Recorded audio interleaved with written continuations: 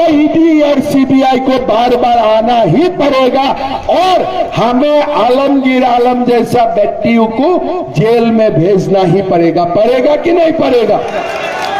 पड़ेगा कि नहीं पड़ेगा?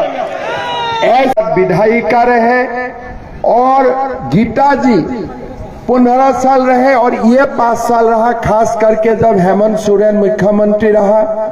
गीता जी कांग्रेस का सांसद रहे, तो दोनों ने कांग्रेस का अंदर क्या चलते हैं और जेएमएम का अंदर क्या चलते हैं वो लूट का बारे में आप लोगों को इतना बढ़िया से बोला। मैं ही सोच रहा हूं उसका आगे में क्या बोलो, इसलिए सारे कुछ दोनों ने बहुत बढ़िया से बोले हैं। मैं थोड़ा आप लोगों को मेरा मन का बात बताना चाहूंगा। मैं असम से आया हूं और असम का आज का जो हालत है, यही हालत मैं झारखंड में भी 10 साल का बाद देख रहा हूं। मेरा असम में घुसपैठियों का कारण, रोहिंग्या का कारण, मेरा असम में आज टोटल पॉपुलेशन का 36% घुसपैठी हो चुका है। मतलब असम में अगर 3 करोड़ लोग हैं, उसका अंदर 1 करोड़ लोग हमारे भारत मूल का नहीं है, वो लोग बांग्लादेश मूल का है। और कोई समय में आके मेरा असम में आज बांग्लादेशी मूल का लोगों का जनसंख्या, खास करके बांग्लादेशी मुसलमान लोगों का जनसंख्या 36% हो चुका है।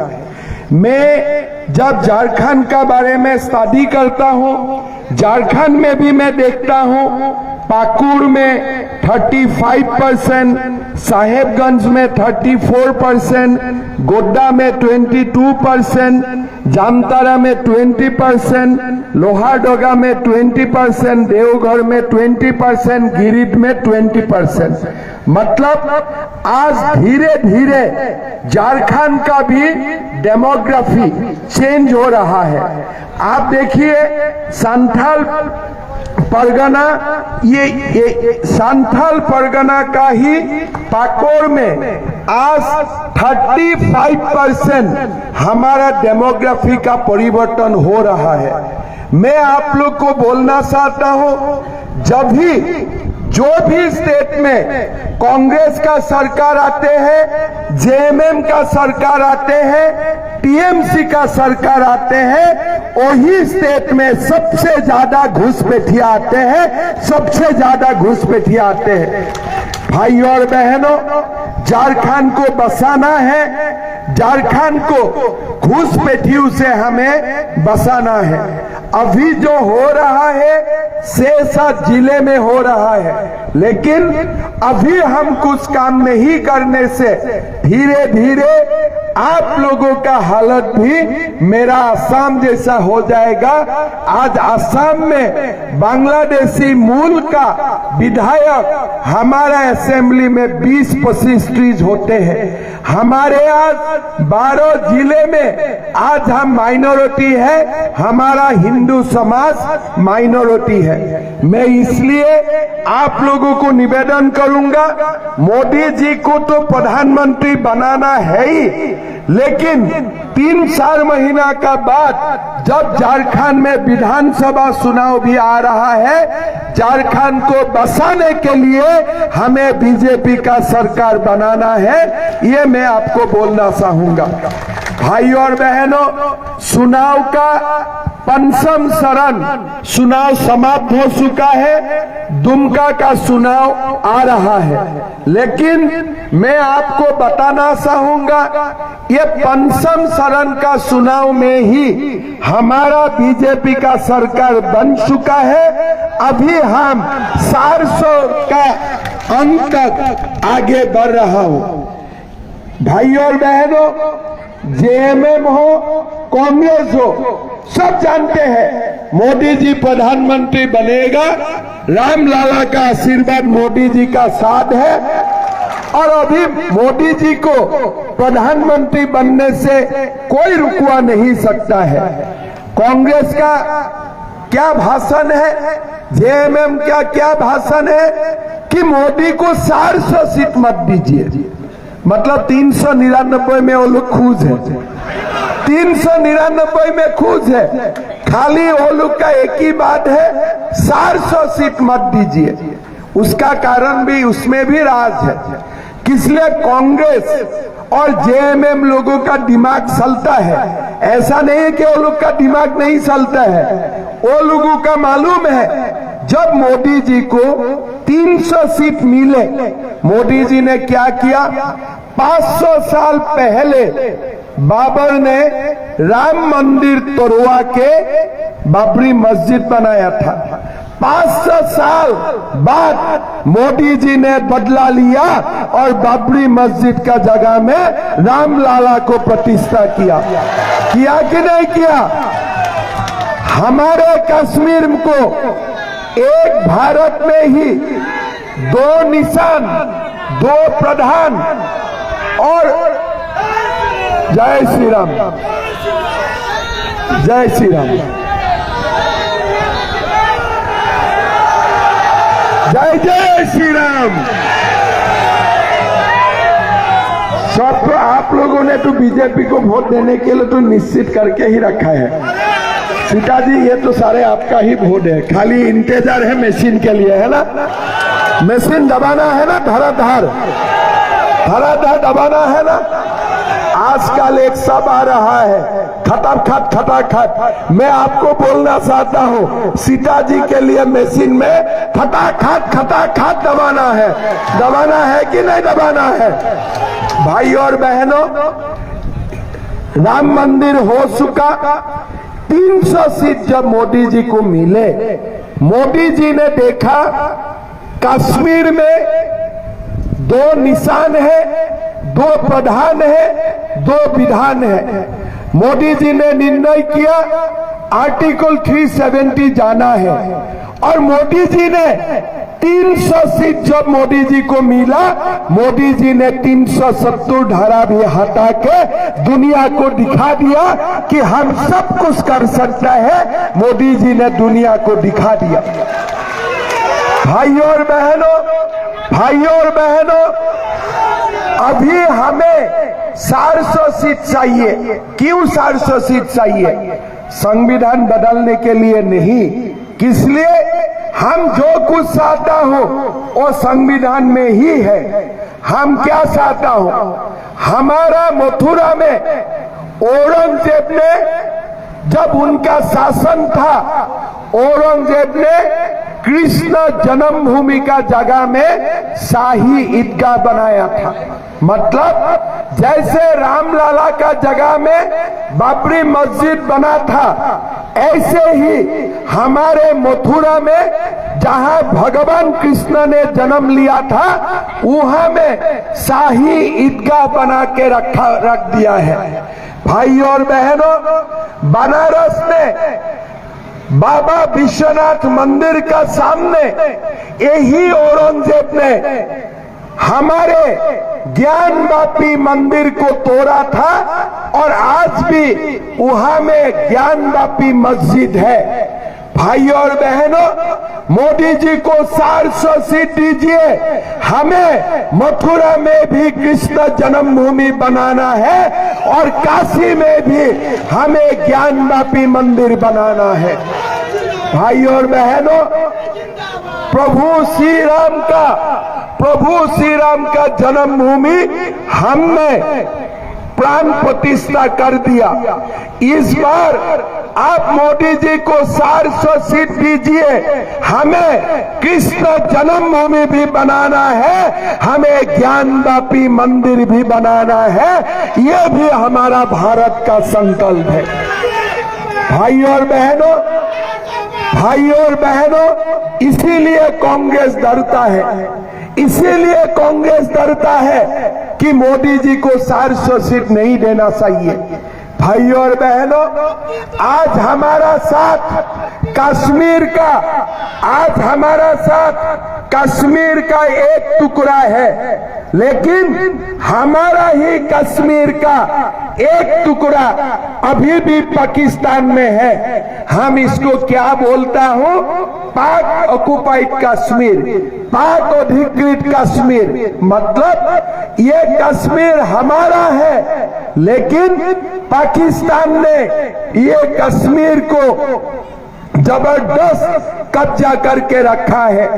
मैं आपको बोलना चाहता हूं, नरेंद्र मोदी जी को 400 सीट दीजिए, वो वाला कश्मीर भी हम पाकिस्तान से भारत तक लेके आएगा, वो वाला कश्मीर भी हम भारत तक लेके आएगा। भाइयों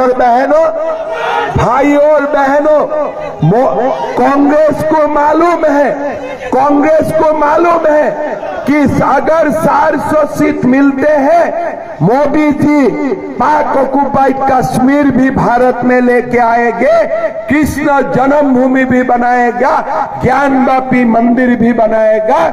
इसीलिए कांग्रेस बोल रहा है, भाई मोदी जी को 400 मत दीजिए। लेकिन मैं कांग्रेस और जेएमएम को बोलना चाहता हूं, आप मोदी जी को रुकवाने में सफल नहीं होगा, कारण अभी हमारा देश में हिंदू जाग उठा है। आप अभी कुछ नहीं कर सकते हो, इसलिए अभी हमारा देश में हिंदू जाग उठा है। भाइयों और बहनों, मैं आपको बताना चाहता हूं, मैं असम से हूं। हमारा असम सीमांत में रहते हैं, भारत बांग्लादेश, भारत चाइना का सीमा में हमारा असम है। हम जब असम का मुख्यमंत्री बना 3 साल पहले, मेरा पास पहला 7 दिन का बाद में एक अधिकारी आया। अधिकारी ने हमको एक फाइल दिया कि साहब फाइल में आपका सिग्नेचर चाहिए। मैं बोला ये क्या फाइल है? साहब आज 2 महीना से मद्रासा टीचर्स का शिक्षकों का सैलरी नहीं हो रहा है, आप दस्तखत करेगा तो लोगों का सैलरी मिल जाएगा। मैंने ऑफिसर को पूछा ये मद्रासा क्या होता है? उन्होंने बोला स्कूल होते हैं। मैं उनको पूछा ये स्कूल से डॉक्टर बनता है? बोलते नहीं बनते हैं। ये स्कूल से इंजीनियर बनता है? नहीं बनता है। ये स्कूल से क्या बनता है? साहब मुल्ला बनता है। आप बोलिए हम टैक्स देगा और हमारा पैसा से मुल्ला बनेगा? मैंने ऑफिसर को बोला कि ये दुकान अभी जाके बंद करो, ये दुकान अभी जाके बंद करो। तो ऑफिसर ने मुझको बोला सर मद्रासा बंद करेगा तो असम में हल्ला हो जाएगा, आप कंट्रोल करने का काबिल नहीं रहेगा। मैंने उनको बोला तुम्हारा काम तुम करो, ये दुकान बंद करो, बाकी मोल्ला हुकुम मैं निपट लूंगा, तुम चिंता मत करो। हमने सरकार बनाने का 1 महीना का अंदर 700 मद्रासा बंद कर दिया। आज हेमंत सोरेन ने क्या कर रहा है? असेंबली में नमाज का रूम खोल दिया है ना? कोई जिले में शुक्रवार में बंद का निर्णय लिया है कि स्कूल शुक्रवार बंद रहेगा। मैं हेमंत सोरेन को बोलना चाहता हूं, अरे असेंबली में नमाज होने में हनुमान चालीसा भी तो होना चाहिए कि नहीं चाहिए? अगर नमाज होगा तो हनुमान चालीसा क्यों नहीं होगा? हनुमान चालीसा होना चाहिए कि नहीं चाहिए? आप बीजेपी का सरकार बनाइए, वही विधानसभा में हनुमान चालीसा भी शुरू हो जाएगा। ये मैं आप लोगों को बोलना चाहूंगा, ये करना पड़ेगा। भाइयों और बहनों, अगर शुक्रवार स्कूल बंद होते हैं तो बृहस्पतिवार क्यों स्कूल बंद नहीं होते हैं? हमारा गुरुवार होते हैं। हमारा असम में भी 12 जिले में पहले स्कूल शुक्रवार का बंद होते थे। मैं वो लोगों को बुलाया, देखो तेरा तेरी मत करना, दुनिया में रविवार स्कूल बंद होते हैं, तुम रविवार बंद करना शुरू करो, नहीं तो मैं भी बृहस्पतिवार बंद करना शुरू कर दूंगा। जहां जहां कुछ भी चांस मिलते हैं ना, ये लोग हमें दबाने का कोशिश करता है। भाई और बहनों, अभी मैं 7 दिन पहले मैं रांची में था। रांची में मैं पत्रकार लोगों को बोला कि अभी सेकुलरिज्म मत सिखाओ, ये सेकुलरिज्म हिंदू का उपहार है, ये सेकुलरिज्म हमें कोई इस्लामिक रिपब्लिक से नहीं सीखा, ये सेकुलरिज्म भारत का जमीन से पैदा हुआ है, हमें सेकुलरिज्म मत सिखाओ। मैं आपको बोलना चाहता हूं, आपका जैसे पाकुड़ में जैसे मुसलमान होगा, साहेबगंज में जैसे मुसलमान होगा, दुमका में मुसलमान होगा, मैं मुख्यमंत्री हूं, मैं सीधा मुसलमान का बीच में पहुंच जाता हूं। मैं वो लोग के साथ जाके बैठता हूं, मैं मुसलमान माताओं को पूछता हूं, माँ कुछ तकलीफ है? बोले तकलीफ तो है। क्या तकलीफ है? मेरा हस्बैंड ने 1 महीना पहले और एक शादी कर लिया। मैं बोला अब है, फिर भी एक शादी कर लिया? बोले हाँ, दूसरा शादी कर लिया। फिर दूसरा गांव में जाता हूँ, 2 माँ रोते रहता है। बोले क्या हुआ? बोले हम लोग 2 थे, अभी तीसरा आ गया, अभी तीसरा आ गया। और एक गांव में जाता हूँ, बोले नहीं, हम लोग तीनों रो रहा है कि इसलिए चौथा भी हमारा घर में आ गया। आप बोलिए ये क्या इंसानियत है? अब आपका बेटी को शादी देगा किसी का घर में जिसका पहले ही 2 पत्नी है घर में? आप देगा? लेकिन आज जो मुसलमान कौम का जो दलाल लोग है, ये लोग मुसलमान माँ का बात नहीं बोलते हैं। आज आप देखिए, हम लोग विवाह करके लाता हूँ, हमारा पत्नी को हम बिना कानूनी व्यवस्था छोड़ नहीं सकता हूँ। लेकिन मुसलमान में आप जाओ, बीबी को बुलाएगा, बीबी घर में हस्बैंड के लिए खाना उना बना के रखेगा, हस्बैंड आएगा तो अच्छा से खाना खिलाऊंगा। हस्बैंड आता है, बीबी को बुलाता है, तुमको मैं तलाक दे दिया, खटाखट खटाखट तलाक तलाक तलाक, खटाखट खटाखट तलाक तलाक तलाक, आपका तलाक हो गया। ऐसे देश चलता है, ऐसे देश चलता है। ये सार शादी करने वाला दुकान बंद होना चाहिए कि नहीं चाहिए? चाहिए कि नहीं चाहिए? ये सार शादी होने वाला दुकान बंद होना चाहिए कि नहीं चाहिए? भाई साहब, मैं आपको बोलना चाहता हूं और हमारा माँ लोगों को भी मैं बोलना चाहता हूं, मोदी जी को इस बार 400 सीट दीजिए। ये सार शादी करने वाला दुकान हम हमेशा के लिए बंद कर दूंगा, ये हमारा वादा है।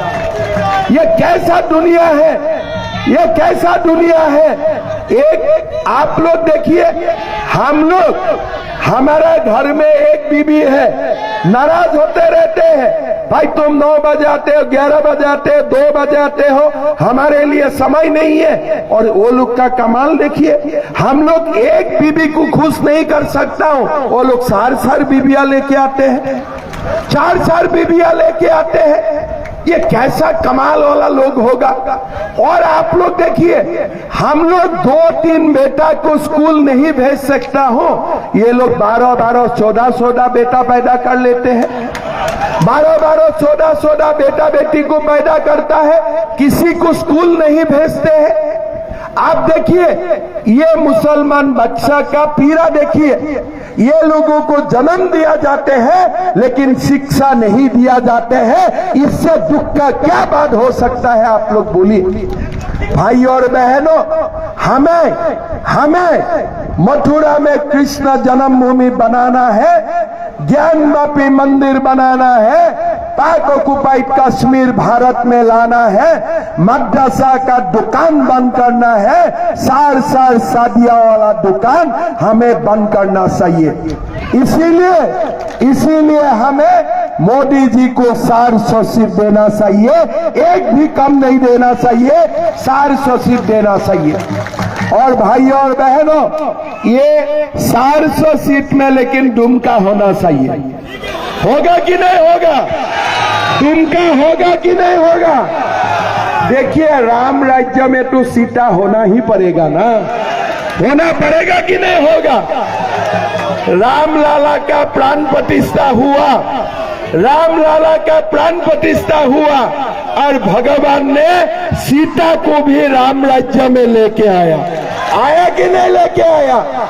भाई और बहनों, आज आप लोग देखिए, आज झारखंड में क्या हो रहा है। हेमंत सोरेन का सरकार आया, आज घुसपैठियों का संख्या बढ़ने लगा। हमारा आदिवासी समाज में धर्मांतरण बढ़ने लगा, एक एक करके धर्मांतरण बढ़ने लगा। आज आप देखिए, हमारे आदिवासी समाज का भी कुछ काम नहीं हुआ। हेमंत सोरेन ने बोला था कि मैं 5 लाख नौकरी दूंगा। किसी को नौकरी दिया? किसी को नौकरी दिया? आदिवासी समाज को नौकरी दिया उन्होंने? कुछ भी नहीं किया। लेकिन मैं आपको बोलना चाहता हूं, गीता जी ने बोला, झारखंड में जितना संपद है ना, देश का कोई प्रदेश में इतना संपद नहीं है। कोयला से लेकर आयरन तक भगवान ने झारखंड को सब कुछ दिया हुआ है। मेरा असम में संपद नहीं है, लेकिन मेरा एक बहुत बड़ा संपद है कि मोदी जी का डबल इंजन है असम में। आज क्या हुआ, जब मेरा सरकार बना, मैंने मोदी जी को मिलने गया। मोदी जी ने मुझको बोला कि असम में मिलिटेंसी रहा, टेररिज्म रहा, अभी असम शांति हुआ है, तुम 1 लाख युवाओं को नौकरी देने का काम करो। पहले मैं सोचा था कि 1 लाख युवाओं को मैं कैसे नौकरी दूंगा। मैं मोदी जी को पूछा, क्या मैं सकूंगा? मोदी जी ने बोला, तुम शुरू करो, कुछ तकलीफ होने से मुझको बोलो। आप गूगल करके देखो, मैं 10 मई को शपथ लिया और दूसरा 10 मई में मैंने 1 लाख युवाओं को गुवाहाटी का स्टेडियम में बुलाया और सबका हाथ में अपॉइंटमेंट लेटर उठवा दिया कि जाओ नौकरी करो। एग्जाम किया, गरीबों का बेटा बेटियों को नौकरी मिला। किसी ने नहीं बोल सकता है कि हमने 1 रुपया भी लिया। आज आसाम माना जाते हैं ट्रांसफर एंड अपॉइंटमेंट के लिए। आज आप देखिए, हमारे चुनाव का पहले मैं और 50,000 नौकरी का अपॉइंटमेंट मतलब इंटरव्यू एडवर्टाइज करके आया हूं।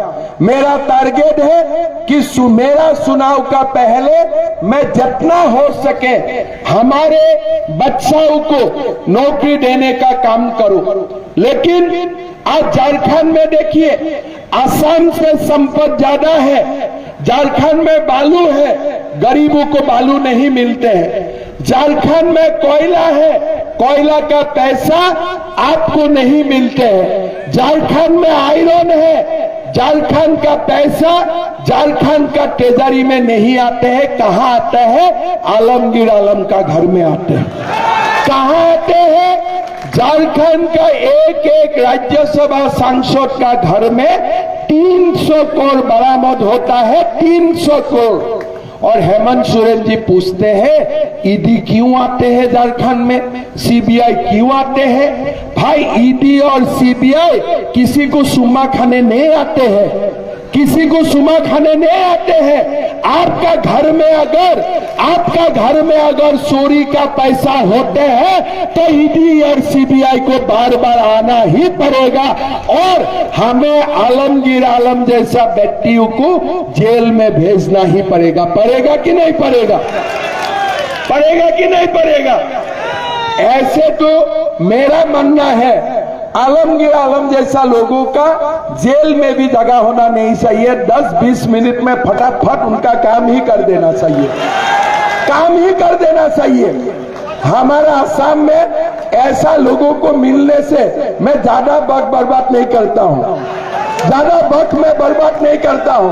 सब फटाफट कर दो जो करना है। हमारे आज देखिए, गरीबों को लूटना, ड्रग्स का बिजनेस करना, बालू का सिंडिकेट चलाना, ये सब लोगों को जेल में भी बहुत दिन आप रख नहीं सकता है, इसलिए जेल में भी तो दूसरा लोगों को भी तो रखना पड़ता है ना। जेल का तो कमरा भी कम होते हैं, जगह भी कम होते हैं, इसीलिए ये लोगों के लिए फास्ट ट्रैक, आप समझ गया ना, फास्ट ट्रैक करना पड़ता है सब कुछ। आलमगीर आलम जैसा व्यक्तियों के लिए फास्ट ट्रैक होना चाहिए, सबको स्लो ट्रैक होना ही नहीं चाहिए, फटाफट खटाखट होना चाहिए, कोई भी बात स्लो नहीं होना चाहिए। भाई और बहनों, आज आप लोग देखिए, मैं आपको बताना चाहता हूं डबल इंजन सरकार का फायदा। मध्य प्रदेश में लोगों को नौकरी मिलता है, यूपी में लोगों को नौकरी मिलता है, हमारे छत्तीसगढ़ में लोगों को नौकरी मिलते हैं, असम में लोगों को नौकरी मिलते हैं, लेकिन झारखंड में हमारा युवाओं को नौकरी नहीं मिलते हैं। बेरोजगारी भत्ता का बात बोलते हैं, वो भी नहीं आते हैं। आज असम में हम हर माताओं का बैंक अकाउंट में महीना 1250 रुपया देता हूं। छत्तीसगढ़ में 1000 रुपया दिया जाते हैं। मध्य प्रदेश में हमारे माताओं का बैंक अकाउंट में 1250 रुपया दिया जाता है। अभी उड़ीसा में चुनाव हो रहा है, उड़ीसा में बीजेपी ने वादा किया है कि हम 1000 रुपया महीना भेजूंगा और 50,000 रुपया एक साथ माताओं को हम देने का काम करूंगा। लेकिन झारखंड में ऐसा कोई स्कीम है? झारखंड में कोई स्कीम है? आज असम में अगर आप +2 मतलब हायर सेकेंडरी एग्जाम पास करते हैं तो बेटियों को मैं कॉलेज जाने के लिए स्कूटी देता हूं। झारखंड में ऐसा स्कीम है? हमारा असम में कॉलेज और यूनिवर्सिटी में एडमिशन फ्री है, हॉस्टल का मेस ड्यू सरकार देते हैं और बेटियों को यूनिवर्सिटी पढ़ने के लिए आना जाना घर से करने के लिए हम 25,000 रुपया हर साल उनका बैंक अकाउंट में नगद देता हूं। झारखंड में ऐसा कोई स्कीम है? हमारा असम में हर सेल्फ हेल्प ग्रुप का माताओं को ग्रुप का हिसाब से तो पैसा मिलता ही है, उल्टा उनका बैंक अकाउंट में भी हम 10-10 हजार रुपया देने का काम करता हूं। झारखंड में ऐसा कोई स्कीम है? झारखंड में क्या स्कीम है? बालू लूटो, कोयला लूटो और माफिया का राज चलाओ, यही झारखंड में स्कीम चल रहा है और कोई स्कीम नहीं चल रहा है। भाई और बहनों, आप लोग देखिए, आज प्रधानमंत्री जी ने हमें प्रधानमंत्री आवास देते हैं, प्रधानमंत्री जी हमें आयुष्मान भारत देते हैं, 5 लाख रुपया का इलाज करो, कोई हॉस्पिटल में पैसा देना नहीं है।